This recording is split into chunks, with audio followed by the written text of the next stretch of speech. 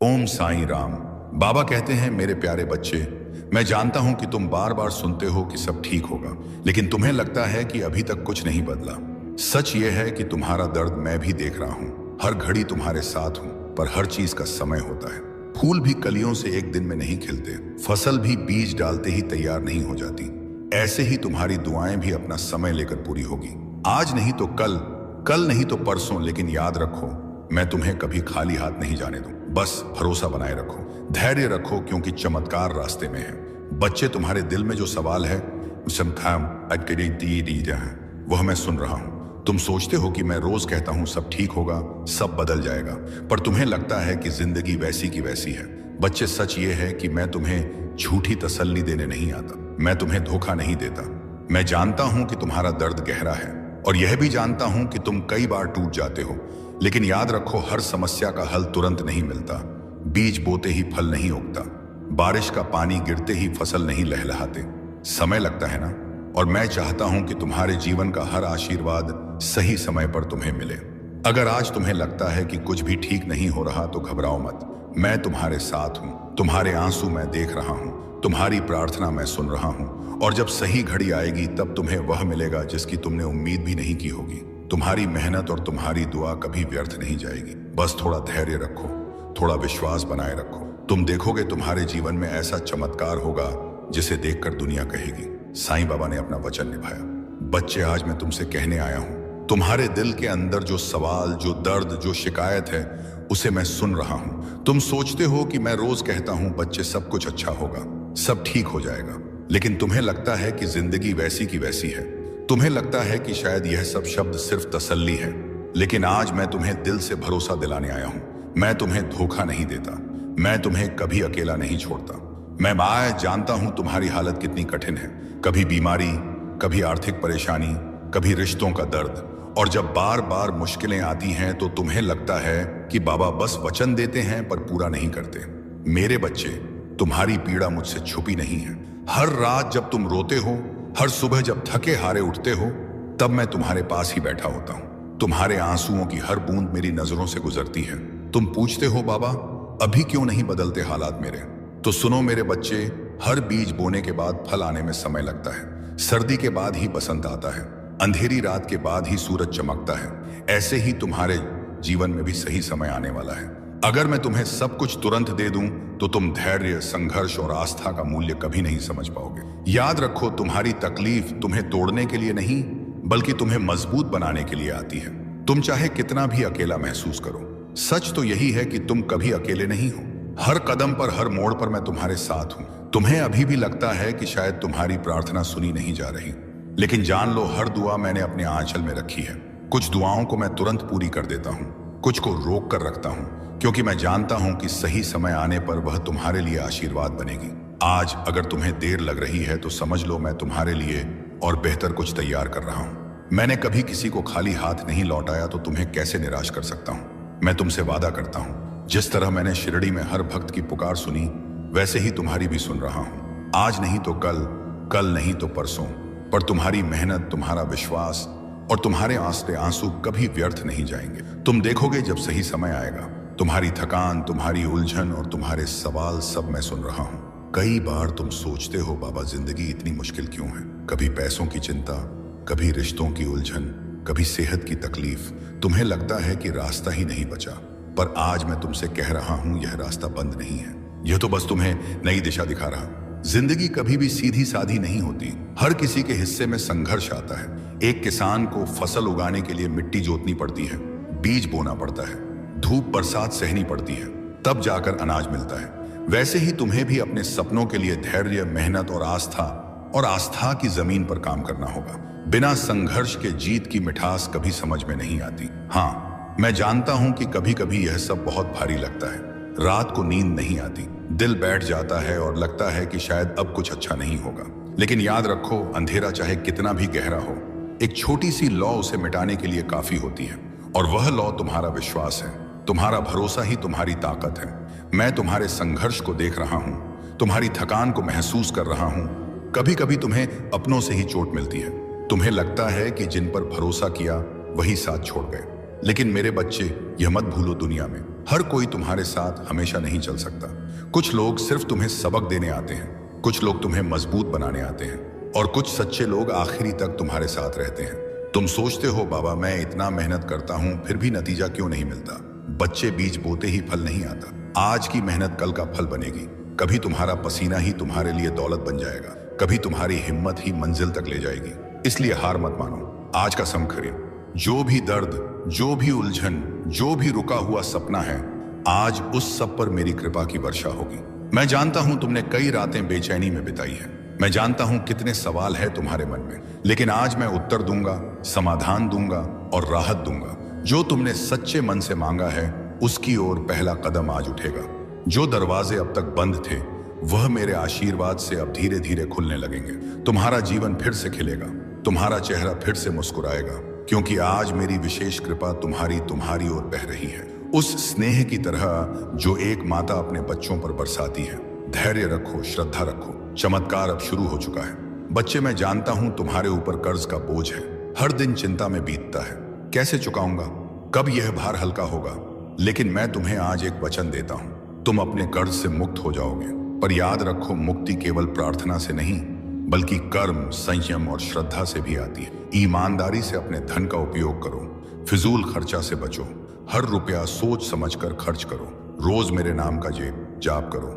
कोई भी छोटी कमाई को छोटा मत समझो। परिश्रम से कमाया गया हर पैसा तुम्हारे कर्ज को काटने की शक्ति रखता है। धैर्य रखो और मुझ पर पूर्ण विश्वास रखो। जब समय बदलेगा तुम्हारे पास ना सिर्फ कर्ज चुकाने की शक्ति होगी बल्कि तुम्हारी झोली में बरकत भी होगी। मैं तुम्हारे प्रयासों को देख रहा हूं, और जैसे ही मैं देखूंगा कि तुमने अपने मन, कर्म और संयम से रास्ता बनाया है, तब भी मैं चमत्कार के द्वार खोल दूंगा। तुम कर्ज से मुक्त हो जाओगे, यह मेरा वादा है। लेकिन याद रखना, सिर्फ प्रार्थना नहीं, प्रयास भी पूजा है।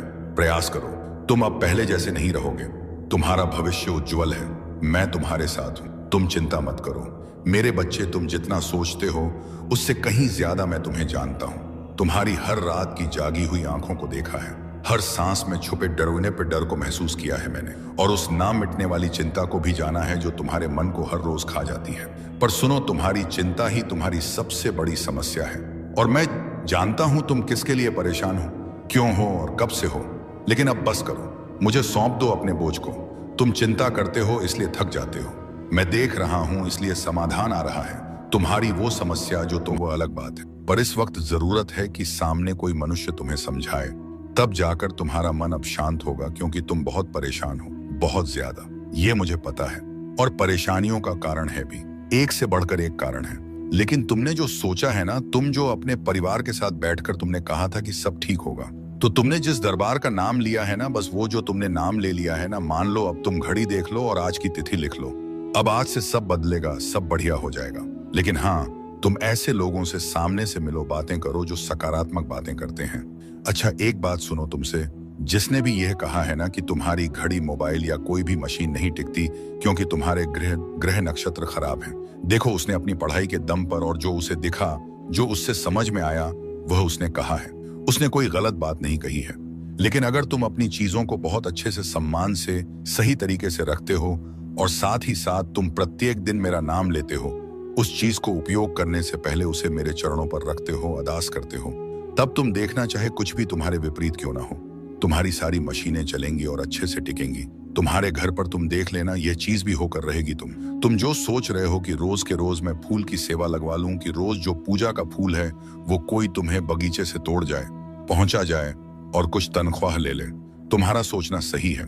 लेकिन समय भी देख लो कि तुम्हें किस समय पर चाहिए, सुबह चाहिए कि शाम में चाहिए, क्योंकि हो सकता है तुम जिस समय के बारे में अभी सोच रहे हो उस समय तुम घर पर उपस्थित ही ना रहो, किसी भी वजह से। तो ऐसे में ना देख लो तुम कि समय सही सही बैठता है तो तुम यह सेवा ले सकते हो तनख्वाह देकर, और नहीं तो फिर जिस दिन मौका लगे उस दिन पुष्प की जो वर्षा करते हो मेरे ऊपर, वो उस दिन कर दिया करना। जो तुम्हें चोट लगी है ना, तुम यह मानो कि इससे बहुत बड़ी दुर्घटना हो सकती थी, बहुत बड़ी, तुम्हारी ही गैर जिम्मेदारी के कारण हुई है। ये थोड़ा सा ध्यान नहीं दिया तुमने, तुम्हारे हड़बड़ा जाने की वजह से चोट लगी है, लेकिन यह चोट ठीक हो जाएगी। तुम्हें जितना भी समय बताया गया है उसके आधे समय में मेरे वचन याद रख लो, उसके आधे समय में ना तुम्हारा यह दर्द, तुम्हारी यह चोट पूरी तरह ठीक हो जाएगी। तुम्हारे डॉक्टर भी देखना आश्चर्य करेंगे कि कैसे इतनी जल्दी सब ठीक हो गया। लेकिन तुम जानो कि इतनी बड़ी दुर्घटना इतने छोटे में टल गई ना, तो यह बस मेरे आशीर्वाद से हुआ। और इसलिए जब ठीक हो जाना तो अगर सपरिवार आ सको तो सपरिवार, नहीं तो जो आ सके वो उनके साथ तुम मंदिर जाना और अन्नदान करना। मैं आरती के लिए तो नहीं कह रहा, मगर हाँ, अन्नदान के लिए कह रहा हूं।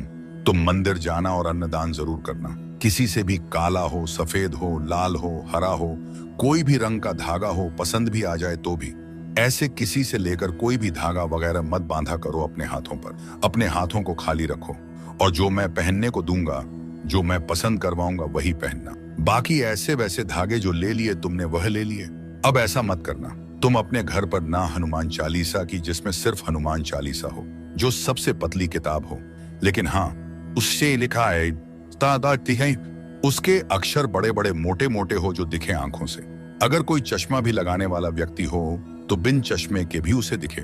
ऐसे अक्षरों वाला ढेर सारे हनुमान चालीसा के ग्रंथ को उसकी किताब को लेकर अपने घर पर रख लेना। और जब तुम्हें लगे ना कि कोई ऐसा है जिसे तुम्हें कोई भेंट देना चाहिए, कुछ भेंट देना और कुछ समझना आए, तो उस वक्त वह हनुमान चालीसा निकाल कर देना। देखो, तुमसे जिसने भी कहा हो कि ग्रंथों को नहीं बांटना, यह मत करना, वह मत करना, ये सारी बातें एक तरफ रखो। तुम बस यह समझो ना कि तुम्हारे द्वारा दिए गए इस हनुमान चालीसा को पाकर कोई अति उत्साह में उसे पढ़ेगा, उस पर कृपा होएगी, तो निश्चित है आशीर्वाद की बारिश तुम्हारे घर पर होएगी ही।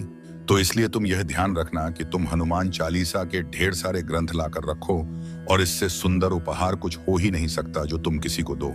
मैंने तुम्हारा मंदिरों में और इधर उधर दान करना और खर्च करना इसलिए रुकवाया क्योंकि तुम्हारी तरफ से कोई बुराई या कोई गलती नहीं थी। लेकिन वहां जो लोग ले रहे थे ना, उनके मन में यह बात निश्चित आ गई थी कि हाँ, तुमसे तो उन्हें लेना ही लेना है, और सिर्फ वह लेने की भावना रखने लगे थे।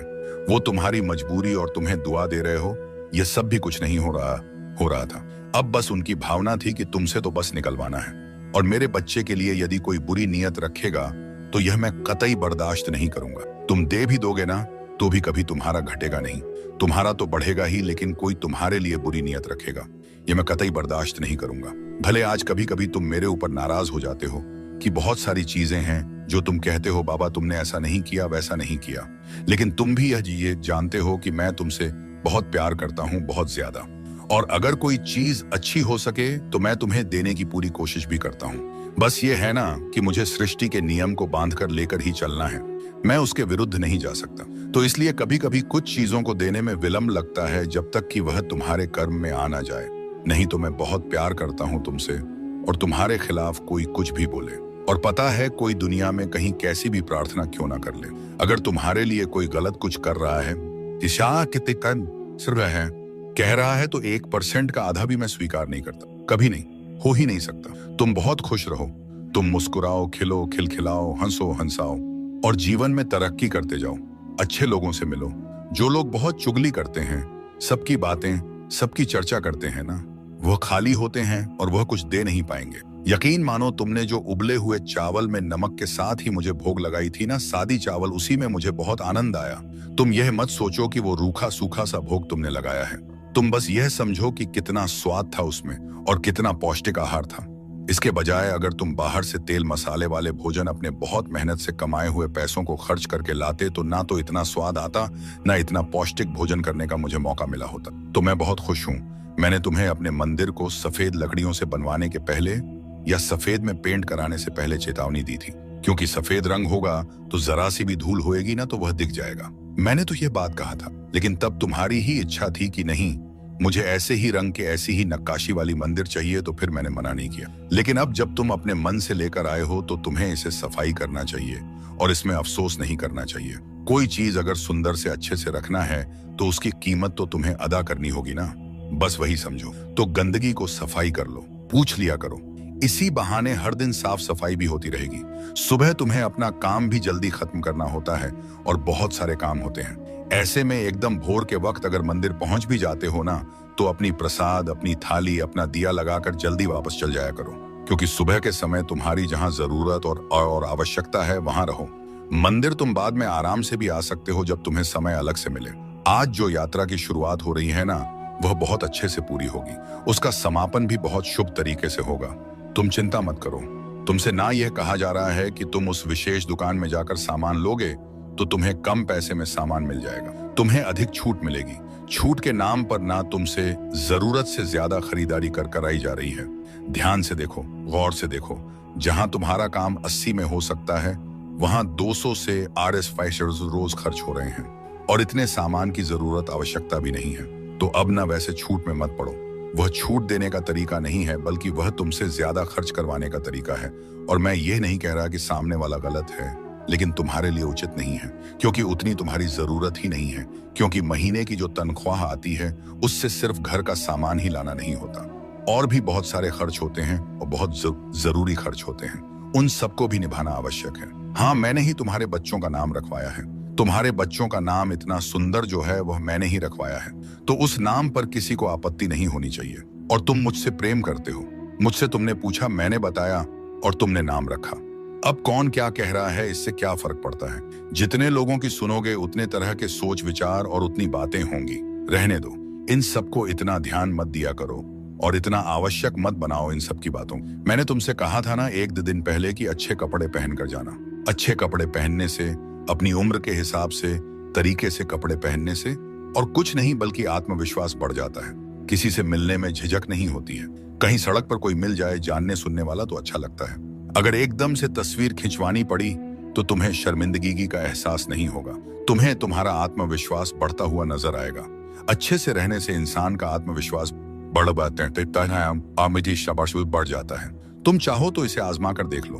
तुम अगर गौर करोगे ना, तो जब तुम अच्छे से तैयार नहीं रहते हो तो तुम लोगों से नजर छुपाना चाहते हो, सभी से मिलना नहीं चाहते हो, क्योंकि अपने आप में एक कमी सी महसूस होती है। मैं ये नहीं कह रहा, कभी नहीं कहा मैंने कि महंगे कपड़े पहनो, पर हाँ, तरीके के कपड़े और अच्छे से पहन कर रहो। ये मैं हमेशा कहता हूँ और यह तुम्हें भी पालन हर दिन करना चाहिए। अभी देखो, 1-2 दिन से तुम मेरी बात मान रहे हो तो अच्छा लग रहा है ना तुम्हें। तो हमेशा अब से मेरी बात मानना, खुश रहो। तुमने मुझसे मित्र मांगा था तो मैंने तुम्हें एक मित्र भेज दिया, और ये ऐसे व्यक्ति को मैंने भेजा है जिससे तुम आजीवन मित्रता, घनिष्ठ मित्रता निभा सकते हो। लेकिन हाँ, 2 नियमों को याद रखना, तभी तुम एक अच्छे मित्र बन सकते हो।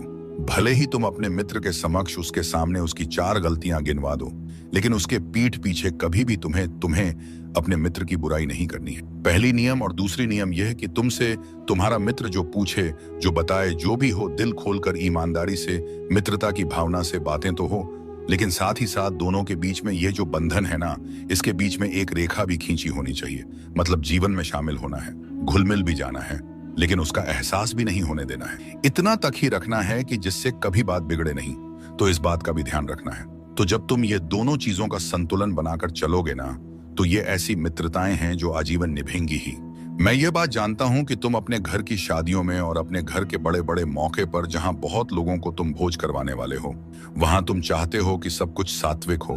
तुम तो बहुत अलग तरह से चाहते हो, लेकिन तुम्हारे घर परिवार वाले नहीं मानेंगे और इतनी सी बात के लिए बहुत सारी लड़ाई भी कर सकते हैं। तो मेरी बात मानो, ऐसी परिस्थिति में किसी से लड़ने जाने की आवश्यकता नहीं है। तुम अपनी बात जो है तुमने रख दिया, लेकिन अब ना यह इंतजाम नारायण को करने दो कि सबका मन बदल जाए और सब प्रेम से, सात्विकता से पूरे कार्यक्रम को संभव होने दे। और अगर तुम नारायण पर नहीं सुन रहा है, मेरे वचनों को आत्मा से अनुभव कर रहा है, तो समझ ले परिवर्तन का द्वार खुल चुका है। और आज मैं साईं तुझे वह रहस्य बताने आया हूं जिसे तू वर्षों से जानना चाहता था, पर किसी ने तुझे बताया नहीं। तो मुझसे पूछता था, साईं मैंने क्या ऐसा बुरा किया था जो इतना सहना पड़ा। मैंने तो किसी का कुछ नहीं बिगाड़ा, फिर मुझे ही क्यों बार बार तोड़ा गया? क्यों मेरी मेहनत का कोई फल नहीं मिला? क्यों मैं ही हर मोड़ पर अकेला रह गया? आज मैं तुझे इन सभी प्रश्नों का उत्तर देने आया हूं। अपने प्रेम, अपने सत्य, यही मेरी आज्ञा है। यदि तू प्रेम मांगे तो मैं वह भी दूंगा, पर वह प्रेम शुद्ध, निर्मल और सात्विक हो, क्योंकि अब तेरी आत्मा विशुद्ध हो चुकी है। अब तू सामान्य नहीं रहा। अब तू मेरा विशेष पुत्र है, जिसके हर कर्म में मेरा संकल्प और आशीर्वाद समाहित रहेगा। मेरे पुत्र, तू अब एक नवीन युग में प्रवेश कर रहा है। यह युग है कर्म शुद्धि और कृपा का। अब जो भी तू करेगा उसकी प्रतिध्वनि दूर तक जाएगी, क्योंकि अब तू केवल साधक नहीं, साईं का प्रतिनिधि बन चुका है। अब जो भी तू बोलेगा वह सच्चाई को जन्म देगा। जो कुछ भी तू छोड़ देगा वह विपत्ति बनकर लौटेगा, नहीं बल्कि उसकी रिक्तता में मैं अपनी कृपा भर दूंगा।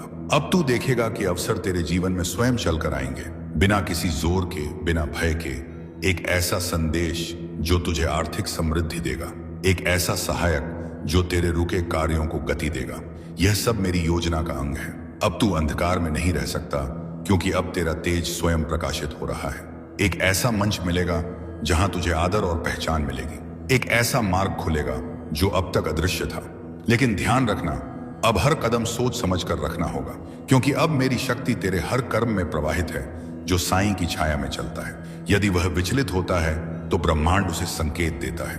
अब सब मेरे हाथ में है और मैं साईं तुझे उसी दिशा में ले जा रहा हूं जहां केवल प्रकाश है। अब तू अंधकार का नहीं, ज्योति का पुत्र है, और इस ज्योति में केवल सत्य, करुणा और प्रेम का ही वास होता है। तेरा हर विचार, हर भावना अब ऊर्जा बनकर तेरे चारों ओर परिवर्तन रचेगी। अब कोई तुझे पीछे नहीं खींच सकता, क्योंकि तेरा भविष्य अब तेरे कर्मों से नहीं, मेरे संकल्प से लिखा जा चुका है। मैंने सुनी है तेरी वे मौन पुकारें जिन्हें तूने दुनिया से छुपाकर मेरी ओर भेजा था। तेरे हर टूटे स्वप्न को मैंने सहेजा है, तेरे हर आंसू को अपने चरणों में ग्रहण किया है। अब वह समय आ गया है जब तेरे मन की हर अधूरी प्रार्थना पूर्ण होने जा रही है, क्योंकि अब तू मेरी चेतना में पूरी तरह प्रवेश कर चुका है।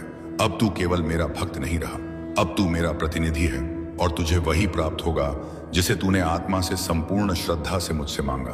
तुम्हारे प्रयासों को विफल करने की कोशिश करते हैं, वे तुम्हारे मित्र नहीं बल्कि छुपे हुए शत्रु हैं। अब तुम्हें अपनी सुरक्षा स्वयं करनी होगी, अपने दिल और मन को सजग बनाना होगा। सावधानी से कदम बढ़ाओ, क्योंकि तुम्हारे सामने कई ऐसे लोग हैं जिनकी मुस्कान में धोखा छुपा है। एक सुंदर चेहरे के पीछे छुपे हुए उनका इरादा तुम्हें नुकसान पहुंचाना है। तुम्हें अब उनकी चालाकियों को समझना होगा और उनसे दूरी बनानी होगी। लेकिन चिंता मत करो, क्योंकि तुम्हारी आत्मा में एक दिव्य शक्ति है जो तुम्हें इन सबसे ऊपर उठने की क्षमता देती है। तुम्हारे श्रेष्ठ कर्मों का फल अब तुम्हें मिलेगा और तुम्हारा जीवन एक नई रोशनी से जगमगाएगा। तुम्हारा भाग्य खुल रहा है, तुम्हारे जीवन में सुख समृद्धि की बारिश होने वाली है और हर कठिनाई, हर बाधा दूर हो जाएगी। याद रखो, यह समय तुम्हारा है तुम्हारे सपनों को पूरा करने का, अपने सच्चे उद्देश्य को पाने का और अपने जीवन को एक नई ऊंचाई पर ले जाने का। तुम पवित्र हो, तुम शक्तिशाली हो और तुम्हें परमपिता परमेश्वर का आशीर्वाद मिला। अब तुम्हें आगे बढ़ना है पूरे विश्वास और दृढ़ता के साथ। मेरे प्रिय, अब तुम्हारे सामने नए अवसरों के द्वार खुल चुके हैं। यह समय है जब तुम्हें अपनी सारी मेहनत, धैर्य और संकल्प के साथ आगे बढ़ना। जीवन के संघर्षों को एक सीख की तरह देखो, उलझनों के जाल में फंसो मत, दूसरों की बातों में आकर अपना ध्यान मत भटकाओ। याद रखो, तुम्हारे मस्तिष्क की शक्ति ही तुम्हारा सबसे बड़ा हथियार है। जब तुम इसे समझदारी से प्रयोग करोगे, तब तुम अपने जीवन में आश्चर्यजनक ऊंचाइयों तक पहुंचोगे। तुम्हारे सामने जो रास्ते खुले हैं वह केवल शुरुआत है। तुम्हें बहुत तरक्की मिलेगी, वह तरक्की जो तुम्हारे सपनों से भी परे है। तुम्हारे पूर्वज जो इस वक्त तुम्हारे आसपास की दिव्य ऊर्जा बनकर तुम्हें आशीर्वाद दे रहे हैं, वे तुम्हारी मेहनत देखकर बेहद खुश हैं। उनका आशीर्वाद तुम्हारे हर कदम के साथ लगातार बनता रहेगा। इसलिए अपने मन को शांत रखो और विश्वास के साथ आ। बेटा, आज मैं तुझसे वह कहने आया हूं जो ना किसी संत ने सुना, ना किसी भक्त ने जाना। यह कोई उपदेश नहीं है, यह आत्मा की वह पुकार है जिसे अब मैं अनसुना नहीं कर सकता। तू बहुत कुछ सह चुका है, भीतर से बिखर गया है, पर फिर भी खुद को समेटे खड़ा है, थक चुका है, लेकिन रुकना नहीं जानता। यही तो कारण है कि आज तू मेरी बात सुनने नहीं, उसे जीने को तैयार है। जान ले मेरे बच्चे, मैं तब नहीं बोलता जब सिर्फ शब्दों की जरूरत हो, मैं तब उतरता हूं जब आत्मा पुकारती है। और आज तेरी आत्मा मुझे इस तरह बुला रही है जैसे सूखी धरती को बादल बुलाते हैं। इसलिए आज मैं कोई आकाशवाणी नहीं कर रहा, मैं तेरे भीतर, तेरे मन के मंदिर में उतर आया हूं। तेरे हर उस अंधेरे कोने में जहां तू अकेला रह गया था, और उन सवालों में जिनका उत्तर तुझे कभी मिला ही नहीं। मैं जानता हूं वो रातें जब तू चुपचाप तकिए में रोता है और सुबह वही चेहरा पहन लेता है जो यह दुनिया तुझसे चाहती है। मैं जानता हूं वो टूटी उम्मीदें, वो डगमगाया विश्वास, वो असहाय चुप्पी जो सबके बीच में भी अकेली थी पर मुझसे कभी दूर नहीं थी। और आज मैं तुझसे यही कहने आया हूं कि अब समय आ गया है। अब वह सत्य तुझ तक पहुंचना चाहता है जो हर किसी को नहीं दिया जाता। बेटा, याद रख, जीवन की हर घटना मैंने तय नहीं की थी, पर तुझ में वह रोशनी जरूर रखी थी जो किसी भी अंधेरे को चीर सकती है। जो तुझसे चला गया वह तेरा दुर्भाग्य नहीं था, वह तेरा अध्याय था। जो तुझे मिला है वह तेरी साधना है, और जो आने वाला है वह तेरे कर्मों की कहानी है। तू जब दूसरों को देखता है, उनके पास दौलत, सुविधा, अवसर, तू सोचता है यह सब तुझे क्यों नहीं मिला। पर क्या तूने कभी भीतर झांका है कि जिनके पास बाहर की चमक है वे भीतर से कितने खोखले हैं। बेटा, असली दौलत वो नहीं जो तेरी मुट्ठी में हो, असली दौलत वो है जो तुझे तूफान में भी शांत रखे, खोने के बाद भी तुझे मुस्कुराना सिखा दे। बेटा ध्यान से सुन, आज मैं तुझसे दौलत का वो रहस्य साझा कर रहा हूं जिसे लोग केवल सिक्कों और गहनों में तलाशते हैं, लेकिन मैं जानता हूं कि असली दौलत क्या होती है। वह तेरे समय में है, तेरे विचारों में है, तेरे संयम में, तेरी संगति और संस्कारों में है। जिसने इन्हें सहेज लिया उसने वह पा लिया जो राजाओं के खजानों में भी नहीं होता। मैं तुझे देखता हूं, तू दिन रात परिश्रम करता है, फिर भी फल तुझसे दूर रहता है, क्योंकि तू भीड़ की दिशा में भाग रहा है, तमा की दिशा में नहीं। तू अपनी पहचान भूल चुका है और अब दूसरों की परछाइयों में खुद को ढूंढ रहा है। पर बेटा, जब आत्मा यह पुकारे कि क्या मैं अब भी खुद को जी रहा हूं और उसका उत्तर नहीं हूं, तो समझ ले कि अब भीतर जागने का समय आ गया है। अब परिवर्तन की घड़ी आ गई है और वह बाहर से नहीं, भीतर से प्रारंभ होगी। सबसे पहले तू अपनी संगति को पहचान। बुरे लोग तुझे भ्रम देंगे, नीचे गिराएंगे और फिर अकेला छोड़ देंगे, लेकिन सज्जनों की संगति तुझ में वही रोशनी जगाएगी जो मैंने तुझ में जन्म से रखी है। और जब तू उस दिव्यता को छू लेगा, तभी तू समझेगा कि दौलत केवल बटोरने से नहीं, बांटने से टिकती है। तू देखता है कि कुछ लोग बहुत कमाकर भी शांत रहते हैं, क्योंकि वे धन को प्रवाह में रखते हैं, सेवा में, दान में, भूखे को भोजन देने में, मंदिरों में दीप जलाने में। और जब तू भी देना सीखेगा बेटा, तब ब्रह्मांड तुझ पर बरसना शुरू करेगा।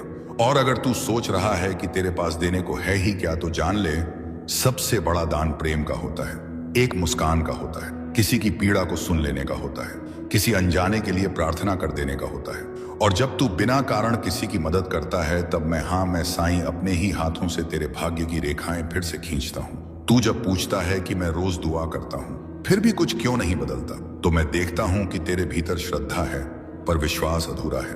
तू मांगता है पर डर के साथ, तू चाहता है पर संदेह के साथ। और बेटा, जब तक तेरी आवाज भीतर से नहीं उठेगी, जब तक तेरा विश्वास पत्थर से टकराने वाली लहर की तरह अडिग नहीं होगा, तब तक तेरी प्रार्थना केवल शब्द रहेगी। और मैं तो तभी उतरता हूं जब शब्द नहीं, आत्मा पुकारती है। बेटा, जब जीवन तेरे हाथ से रेत की तरह फिसलने लगे और तू हर दिशा में हार महसूस करने लगे, तब समझ कि साईं तुझसे बहुत करीब हो गया है। इतना करीब कि अब तुझे देखने के लिए तेरी आंखों की नहीं, तेरे मौन की जरूरत है। मैं जानता हूं कि तू भीतर से टूटा है, पर फिर भी मुस्कुराना नहीं छोड़ा।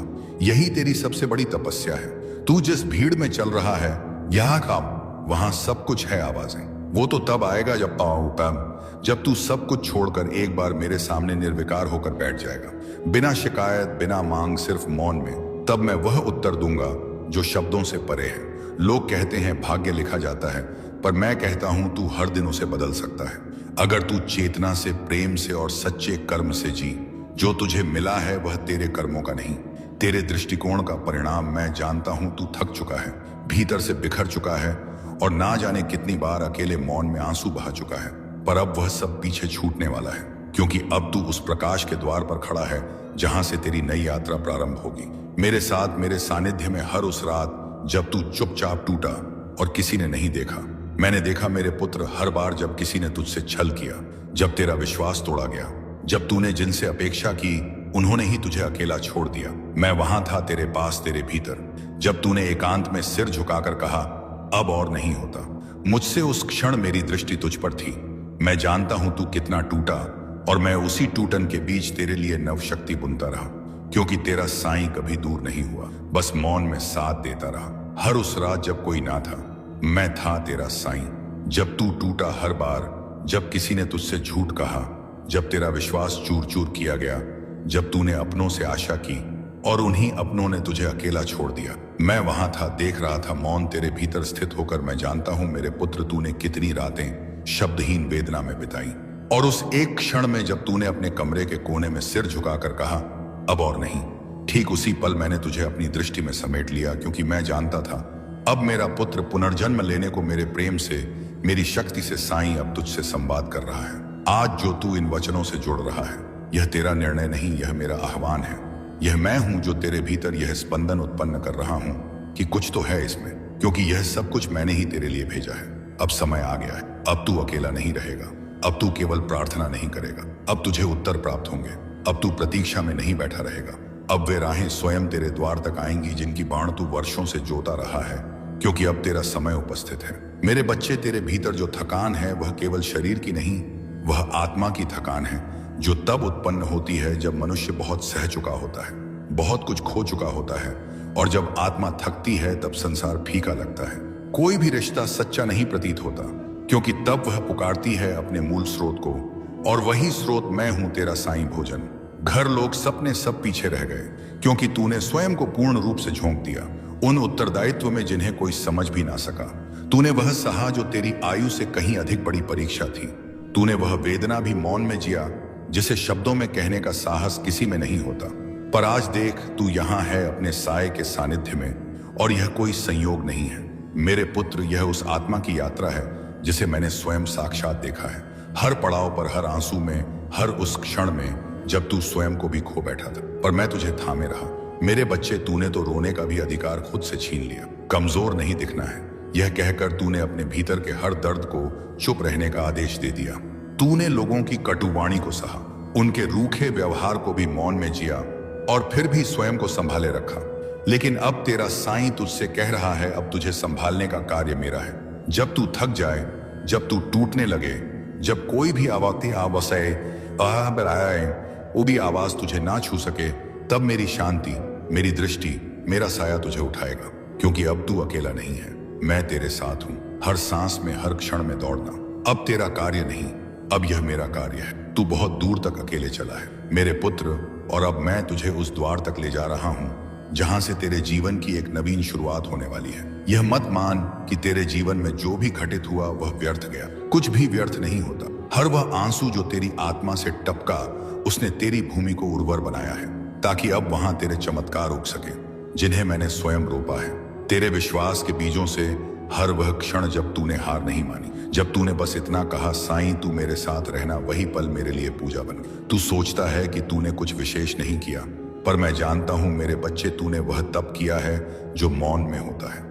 एकांत में टूटी सांसों के मध्य और बिखरे हुए स्वप्नों की राख पर खड़ा होकर अब वही तपस्या साकार होने वाली। अब वह समय आ चुका है जब तेरी आत्मा विश्राम पाएगी। अब तू यह जान ले मेरे पुत्र, तू टूटा नहीं है, तू पराजित नहीं हुआ, तू बस थक गया है, और अब तुझे संभालने का समय मेरा है। तू हारा नहीं है मेरे बच्चे, इसीलिए मैं स्वयं यहाँ हूं और जीवन की हर रुकावट से मुक्त हो रहे हो। मेरे बच्चे, मैंने तुझे ही चुना है। शायद यह सवाल कई बार तेरे मन में आया होगा, आखिर मैं ही क्यों? करोड़ों में से तुझ पर ही मेरी दृष्टि क्यों पड़ी? तो अब सुन, क्योंकि इसका उत्तर केवल शब्दों में नहीं बल्कि आत्मा की गहराई में छुपा है। जब तू टूटा तब भी तू झुका नहीं, जब तू रोया तब भी तेरे आंसुओं में एक मौन प्रार्थना थी जो हर बार मेरे हृदय तक सीधी पहुंचती रही। तू दूसरों की तरह बस दिखने वाला एक चेहरा नहीं है, तू वह दीपक है जो अंधेरे में भी खुद को बुझने नहीं देता। तेरे अंदर वह मासूमियत है जो अब दुर्लभ हो चुकी है, वो सच्चाई है जो दिखावे से परे है, और वो गहराई है जिसमें मेरा अंश प्रतिबिंबित होता है। मैंने तुझे इसलिए नहीं चुना क्योंकि तू सबसे परिपूर्ण है, बल्कि इसलिए चुना क्योंकि तूने अपनी अपूर्णताओं में भी मुझ पर विश्वास बनाए रखा। तूने जब हर रास्ता बंद पाया तब भी तेरा दिल मेरी ओर खुला रहा। तेरे टूटे सपनों की किरचों में भी मुझे उम्मीद की चमक दिखी, और यही कारण है कि आज मैं तुझसे यह वचन पूर्वक कहता हूं, जो कुछ मैं अभी तुझसे कहने जा रहा हूं वह केवल तेरे लिए है। यह कोई साधारण वाणी नहीं, यह वो दिव्य संदेश है जो तेरी किस्मत की दिशा को पूरी तरह से मोड़ सकता है। यह वाणी तेरे भीतर की उस ताकत को जगा सकती है जो अभी तक तूने खुद भी महसूस नहीं की। यह शब्द तेरे सबसे गहरे घाव को तेरी सबसे महान शक्ति में बदल सकते हैं, लेकिन इसके लिए तुझे इस संदेश को केवल सुनना नहीं, महसूस करना होगा। हर शब्द को अपने भीतर उतरने देना होगा। अगर तू सच में तैयार है स्वयं को जानने, पहचानने और मेरी योजना को अपनाने के लिए, तो इस संदेश को अंत तक सुन, क्योंकि तेरी नई शुरुआत इसी क्षण से हो सकती है। और याद रख, मैंने तुझे इसलिए चुना है क्योंकि अब तू तैयार है। मेरे अति प्रिय बच्चों, तुम्हारी जिंदगी में जो कुछ भी घटित हो रहा है वह महज संयोग नहीं है। यह कठिन समय केवल एक परीक्षा की तरह है। मेरा यह संदेश इस बात का संकेत है कि अब तुम्हारी परेशानियों की रात समाप्त होने को। बच्चे, मुझे जहां हैं कि कभी कभी जीवन तुम्हें ऐसे मोड़ पर लाकर खड़ा कर देता है जहां सब कुछ धुंधला लगता है, पर याद रखो यह अंधेरा स्थायी नहीं है। मैं हर क्षण तुम्हारे साथ हूं, तुम्हें मार्ग दिखाने और संबल देने के लिए। जब जीवन ऐसे मोड़ पर आ जाता है जहां लगता है कि सब कुछ खत्म हो गया है, जब अपने ही व्यवहार में बदलाव ले आते हैं, जब परिस्थितियां लगातार प्रतिकूल होने लगती हैं और चारों ओर से ताने और आरोपों की बौछार होने लगती है, तब मनुष्य भीतर से टूटने लगता है। लेकिन मेरे प्यारे बच्चे, ये वही क्षण होते हैं जब मैं तुम्हारे सबसे निकट होता हूँ। हर चुनौती, हर पीड़ा के पीछे मेरी कोई गहरी रहमत छिपी होती है, जो समय आने पर तुम्हारे जीवन में रोशनी बनकर प्रकट होती है। जब तुम्हें ऐसा लगे कि कुछ भी तुम्हारे हक में नहीं हो रहा, तो समझ लेना कि तुम्हारे साईं बाबा तुम्हारी जिंदगी में कोई गहरा और शुभ परिवर्तन लाने वाले हैं। मेरे बच्चे, मैंने तुम्हें कई बार शांत रहकर सोचने की सलाह दी है, समझाया है कि हर काम समय और विवेक से करना चाहिए, लेकिन तुम अक्सर अधीर हो जाते हो और बिना सोच विचार के किसी भी दिशा में बढ़ जाते हो। यही जल्दबाजी तुम्हें